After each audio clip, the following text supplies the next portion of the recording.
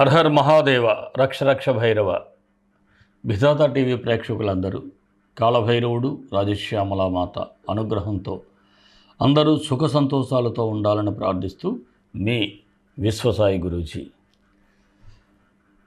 మనం రాశి ఫలాల్లోకి వెళ్ళే ముందు ఒక్కసారి మీకు ఒక చిన్న మనవి ఏమిటి అంటే, మన వీడియోలు మీరందరూ లైక్ చేయాలి,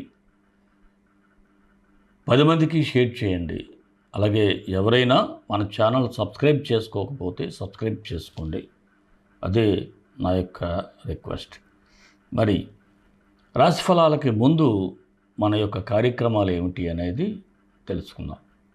మహాశివరాత్రి వస్తుంది, ఫిబ్రవరి 15 ఆదివారం. ఆ మహాశివరాత్రి రోజు మీకు తెలిసిందే, ఇక్కడ మనం స్ఫటిక శివలింగేశ్వర సమేత స్వర్ణాకర్షణ కాలభైరవ టెంపుల్ మనం నిర్మాణం చేసుకున్నాం. స్ఫటిక శివలింగేశ్వరుడు ఇక్కడ కొలువై ఉన్నాడు. అలాగే కాలభైరవుడు భైరవి మాత కూడా ఇక్కడ కొలువై ఉన్నారు. అలాంటి ఆ మహాదేవునికి పార్వతీ పరమేశ్వరులకి ఆ రోజు కళ్యాణం ఉంటుంది. కళ్యాణం అనంతరం మహన్యాస పూర్వక రుద్రాభిషేకం. అలాగే ఈ కళ్యాణం, ఈ రుద్రాభిషేకంలో పాల్గొన్న వారికి పరోక్షంగానైనా సరే లింగోద్భవ కాలంలో వారి పేరుతో ప్రత్యేకమైనటువంటి అభిషేకం చేయబడుతుంది. మీ గోత్రనామాలతో మీ పేరుతో లింగోద్భవ కాలంలో అభిషేకం చేయబడుతుంది. ఇక పార్వతీ పరమేశ్వరుల కళ్యాణం అంటే మీ అందరికీ తెలిసిందే. లోక కళ్యాణం మొట్టమొదట జరిగింది వారికే. ఆ దంపతులకి మనం కళ్యాణం చేసినా, ఆ కళ్యాణంలో మనం పార్టిసిపేట్ చేసిన దాంపత్య జీవితంలో సమస్యలు కావచ్చు, వివాహంలో సమస్యలు ఏదైనా సరే, మీరు అనుకున్నటువంటి కోరికలు నెరవేరేటువంటి మహత్తరమైన, మహనీయమైన, అద్భుతమైన ఘట్టం కళ్యాణం. తదనంతరం లింగోద్భవ కాలంలో అభిషేకం స్ఫటిక శివలింగేశ్వరునికి. ముఖ్యంగా ఈ కళ్యాణంలో పాల్గొన్న వారికి తలంబ్రాలు, పార్వతీ పరమేశ్వరుల మీద వేసినటువంటి తలంబ్రాలు, అలాగే అభిషేకించినటువంటి విభూది, స్వామివారి ప్రసాదం, రక్షలు కూడా మీకు పోస్టు చేయబడతాయి. అలాగే ఈ కార్యక్రమం అంతా యూట్యూబ్ లైవ్లో మీరు ఆ రోజు రాత్రి 7 గంటల నుంచి చూడొచ్చు. మరి ఆలస్యం చేయకుండా ముందుగానే మీ పేర్లను కింద స్క్రోల్ అవుతున్నటువంటి నెంబర్కి వాట్సాప్ మెసేజ్ చేసి మీరు వెంటనే రిజిస్టర్ చేసుకోండి. వివరాలు కూడా తెలియజేయబడతాయి. పార్వతీ కళ్యాణం అంటే చాలు మీకు వివరాలు వచ్చేస్తాయి. అందరూ కూడా పరోక్షంగా లేదా ప్రత్యక్షంగానైనా పాల్గొనవచ్చు. మరి రాశి ఫలాల్లోకి వెళ్ళిపోదాం. కుంభరాశి, ఫిబ్రవరి నెల ఈ రాశి వారికి ఎలా ఉంటుంది? ఈ మాసం అంతా కూడా ఒక విధంగా చెప్పాలంటే మళ్ళీ రీస్టార్ట్ చేసే పరిస్థితి ఉంటుంది. ఏమిటి అంటే, ఒక గతంలో ఏదైతే పొరపాట్లు చేశామో ఆ పొరపాట్లు మరలా రివైజ్ కాకుండా చూసుకోవలసినటువంటి అవసరం. అందుకే అన్నాను, మరలా ఇవన్నీ సరిదిద్దుకుంటూ రీస్టార్ట్ చేయాలి. గతః అనే ఆలోచనతో కొత్త ప్రయాణం మీరు మొదలు పెడితే అనుకూలంగా ఉంటుంది. రిస్క్ అని తెలిసి కూడా కొన్నిసార్లు సాహసోపేతమైనటువంటి నిర్ణయాలు తీసుకోవాల్సి ఉంటుంది. అలాగే ఆ నిర్ణయాలు తీసుకునేటప్పుడు చాలా కేర్ఫుల్గా ఉండాలి మీరు. స్నేహితుల సహకారం అయితే అందే పరిస్థితి అయితే ఇక్కడ కనిపిస్తూ ఉంది.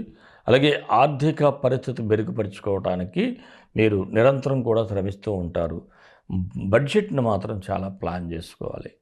అనుకోని ఖర్చులు ఉంటాయి, చాలా ఇబ్బందులు పెడతా ఉంటాయి. ఒక్కొక్కసారి ప్లానింగ్ లేకపోవటం వల్ల కూడా ఇబ్బందులు ఎదురవుతూ ఉంటాయి. అలాగే మీ జీవిత భాగస్వామితో ఉన్నటువంటి మనస్పర్ధలను తొలగించుకోవాలి.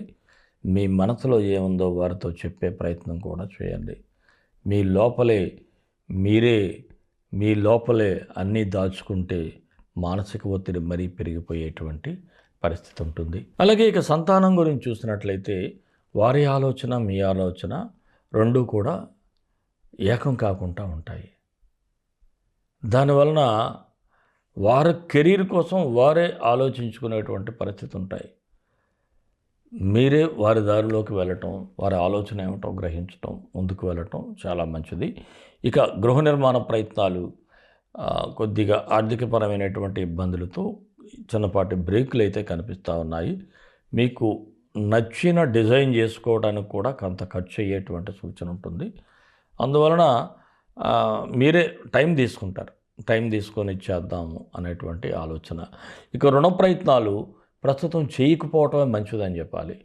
కోర్టు కేసులు ఉన్నవారికి మాత్రం కేసు మొత్తం టెక్నికల్ పాయింట్స్ మీదే మీకు రన్ అవుతూ ఉంటుంది. లాయర్ని మార్చే ఆలోచన కూడా ఉంటుంది మీకు. ఎందుకంటే కొన్ని టెక్నికల్ పాయింట్స్ లాయర్ క్యాచ్ చేయలేకపోవచ్చు. సరే, నేను మారిస్తే బాగుంటుందనేటువంటి ఆలోచన కూడా ఉంటుంది. విదేశీ ప్రయత్నాలు చేసేవారికి సానుకూలంగా ఉంది.